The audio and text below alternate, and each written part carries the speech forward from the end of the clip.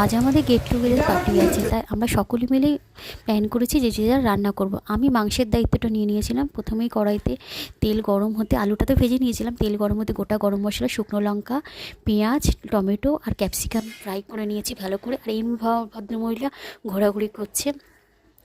আমাকে যেহেতু মাংসের দায়িত্বটা দিয়েছে তাই আমি মাংসটা করছি। আর আরও একজন আছে, মানে আমাদেরই আর এক ফ্রেন্ড, সে এদিকে করছে পকোড়াগুলো।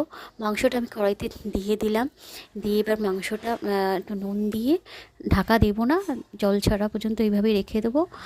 আর ও ওইদিকে পকোড়াটা করছে, তার সঙ্গে এই মাংসটা আমি বসিয়ে দিয়েছিলাম, মাংসটাকেও এ করছে।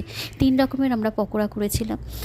ওখানে সন্ধেবেলায় যেহেতু যাচ্ছি, সেটা বলেছিলাম পকোড়াটা একটু 3-4 রকমের করলে খুব ভালো লাগে। আর মাংস করেছি আমি নিজে, যেহেতু ওরা তো খেয়ে বললো ভালো হয়েছে, এবার আমিও একটু খেয়ে দেখি কেমন হয়েছে। যাই হোক, মাংস খুবই ভালো হয়েছে। তোমাদের যদি এরকম ভিডিও পছন্দ হয় প্লিজ কমেন্ট